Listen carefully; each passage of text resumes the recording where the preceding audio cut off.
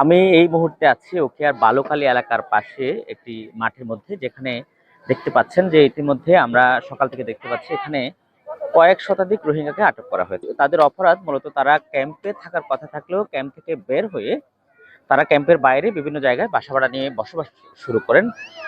তাদের সাথে কথা বলে যেটি জেনেছি যে তারা আসলে 2022, 23, 24, 25 এবং এইভাবে বিভিন্ন সময়ে তারা মিয়ানমার থেকে পালিয়ে বাংলাদেশে এসে আশ্রয় নিয়েছিল। আশ্রয় নেওয়ার পর আমরা যেটি জানতে পেরেছি যে তারা এখানে ক্যাম্পে আসার পর মূলত ক্যাম্পের বিভিন্ন জায়গায় তারা নিবন্ধন করেছিল, কিন্তু নিবন্ধন করলেও সেখানে থাকার যে ঘর সেটি তাদেরকে দেওয়া হয়নি, যে কারণে তারা বাধ্য হয়ে এই ক্যাম্পের বাইরে আসতে বাধ্য হয়েছিল এবং ক্যাম্পের বাইরে গিয়ে বিভিন্ন জায়গায় তারা ঘর ভাড়া নিয়েছিলেন। তবে প্রশাসনের যেটি অভিযোগ যে তারা আসলে অবৈধভাবে ক্যাম্প থেকে বের হয়ে এই তারা বিভিন্নভাবে বাসা ভাড়া নিয়েছিল এবং বিভিন্নভাবে বসতি শুরু করেছিল, যেটি আসলে আইনের পরিপন্থী এবং এর মাধ্যমে বিভিন্ন ধরনের অপরাধ হওয়ার আশঙ্কাও করা হচ্ছে। আমরা তাদের সাথে কথা বলেছি, প্রশাসনের বিশেষ করে মঞ্জুবিন আফনান, তিনি আমাদের সাথে তিনি বলছেন যে এখন পর্যন্ত প্রায় 8 শতাধিক রোহিঙ্গাকে তারা আটক করেছে।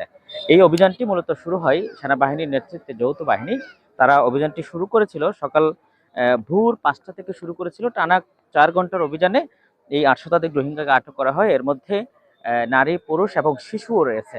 ইতিমধ্যে আমরা যেটি দেখেছি যে বেশ কিছু রোহিঙ্গাকে সেনাবাহিনীর একটি গাড়িতে করে ক্যাম্পে নিয়ে যাওয়া হয়েছে এবং তাদের বিষয়ে যে সিদ্ধান্ত যে যারা আসলে যাদের নিবন্ধন কার্ড থাকবে তাদেরকে ক্যাম্পের যে স্ব ক্যাম্পে ফেরত পাঠানো হবে এবং যাদের নিবন্ধন নাই, যারা আনরেজিস্টার্ড রোহিঙ্গা, তাদেরকে আসলে যারা ক্যাম্পের যে নিবন্ধন সেটি করেনি তাদেরকে কোথায় নিয়ে যাওয়া হবে সেই বিষয়ে আনুষ্ঠানিকভাবে সিদ্ধান্ত নেওয়ার জন্য তারা ঊর্ধ্বতন কর্তৃপক্ষের সাথে আলোচনা শুরু করেছেন এবং সেখানে যোগাযোগ শুরু করেছেন। সেখান থেকে নির্দেশনা আসলে তাদের বিষয়ে সিদ্ধান্ত নেবেন। তবে এর বাইরে যারা যারা ঘর ভাড়া দিয়েছিল তাদেরও বেশ কয়েকজনকে নিয়ে আসা হয়েছে এখানে এবং তাদেরকে আটক করা হয়েছে।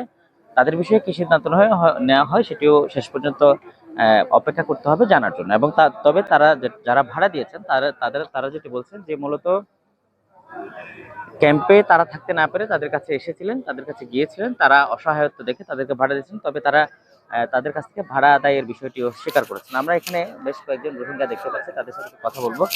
ওনারা ক্যাম্পের বাইরে কেলা ছিলেন যে আরা ক্যাম্পের বাইরে আরা জায়গা না বাইরে আছি কেলা কেলা এটা আরা নতুন আসছি তো আর তো এটা ঘর নাই হন্তে শুনতে বরমাতি হতাশন 1.5 বছর আর এটা হরে তাইতান এটা এই মাঝে সারাং দিয়ে নে এটা তাই না পারি এটা জায়গা নাই এটা 12 মাসের মাঝে থেকে অনার বর হড়ে এই তো বর্মার বর্মা হড়ে বর্মা ইটিলিয়া হদে ইটিলিয়া এটা তো বর্মাত্তা শুনতে গেছে, এটা তো ক্যাম্পের ভিতরে তাই এবার হতা বাইরে কি আরা ভিতরে তাই না হইছে আতো ফ্যামিলি বেকা বেশি 8 জন না ফ্যামিলি আতো আত্মীয় আসছিল এরে এবার গরমাল আসছিলাম নতুন আয় মতর 3 মাস আনি আসছিলাম এরে আতো মানে তো বেশি 8 জন না ফ্যামিলি নোয়ারের আর 2-3 মাস পরে দাস আয় আবার এরে 12 মাসের মধ্যে আই গিয়ে এরে এখন 12 মাসের থাকি ওনার কি অবস্থা, মানে ওনার ফ্যামিলির সদস্য সংখ্যা কজন?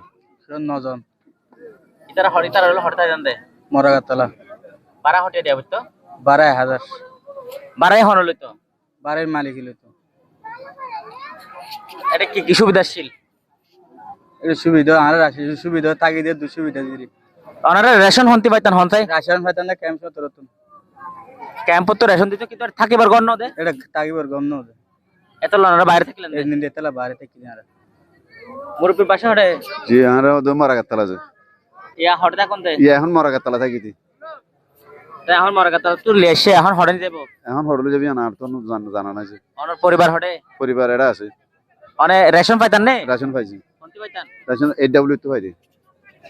ধন্যবাদ। আমরা যে কয়েকজন রোহিঙ্গার সাথে কথা বলেছি তারা যেটি বলছেন ক্যাম্প থেকে যে ত্রাণ সহায়তা সেটি নিতেন, রেশন নিতেন, কিন্তু তারা আসলে সেখানে থাকার মতো তাদের কোনো ঘর ছিল না, যে কারণে তারা বাধ্য হয়ে বাইরে বাসা ভাড়া নিয়ে থেকেছিলেন। তবে নির্বাচনের একটি সুষ্ঠু পরিবেশ নিশ্চিত করবার জন্য মূলত যৌথ বাহিনীর নেতৃত্বে এই অভিযান চালানো হয়েছে। এই অভিযানের শেষ পর্যন্ত ফলাফল কি হয় সেটি আসলে এখন পর্যন্ত বলা যাচ্ছে না। তবে আপাতত যেটি আমরা জানতে পেরেছি 8 শতাধিক রোহিঙ্গাকে আটক করা হয়েছে। ওনারা বাসা হড়ে হড়তাই জানতো ওনারা মরাগাতলা এটা বাইরে কাতাই তান আর তোর বাড়ি না দিলে রে তাই বাইরে থাকি দেরি আর বর্মা তো হতাশন ভাত 2026 ওনারা হতাশে মর্মার্থ 2024 সর সর। 2024 আসিরে এটা হরতা কর মারা গেতলা বাইরে কথা কোন ক্যাম্পের বাইরে।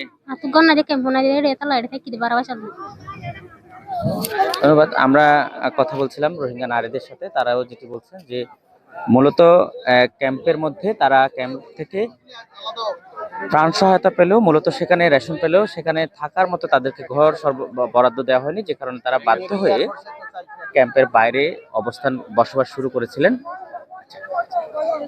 আমরা আসলে এতক্ষণ ধরে জানানোর চেষ্টা করেছিলাম যে মূলত আজকে যে অভিযান, এর আগে আমরা যেটি জেনেছি যে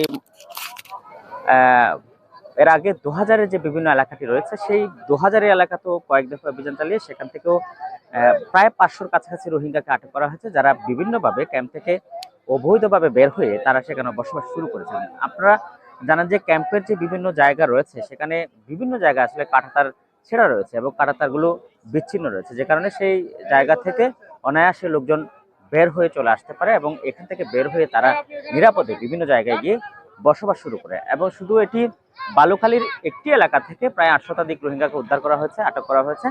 এর বাইরে উখিয়ার বিভিন্ন জায়গা থেকে শুরু করে কক্সবাজার শহরের আনাচে কানাচে রোহিঙ্গাদের অবৈধ রোহিঙ্গাদের বসবাসে একেবারে ছেয়ে গেছে এবং সেখানে এখন পর্যন্ত কোনো ধরনের অভিযান আমরা দেখতে পাচ্ছি না। আমরা হয়তো আশা করছি যে যৌথ বাহিনীর অভিযান সেখানেও শুরু হবে এবং তাদের যেটি বড় ধরনের যেটি বলা, যে প্রশাসনের পক্ষ থেকে যেটি বলা হচ্ছে, ভোট গ্রহণের সময় যাতে রোহিঙ্গাদের যারা ক্যাম্প থেকে বের হয়ে ক্যাম্পের বাইরে অবস্থান করে তাদেরকে যাতে ব্যবহার করতে না পারে কোনো প্রার্থী বা কোনো দল, সেজন্য তাদেরকে আটক করে ক্যাম্পে ফেরত পাঠানো হচ্ছে। দর্শক, এতক্ষণ ধরে আমি বালুখালীর যে মাঠ রয়েছে, যেখানে রোহিঙ্গাদের জড়ো করা হয়েছে, সেখান থেকে আপনাদের সাথে সংযুক্ত ছিলাম।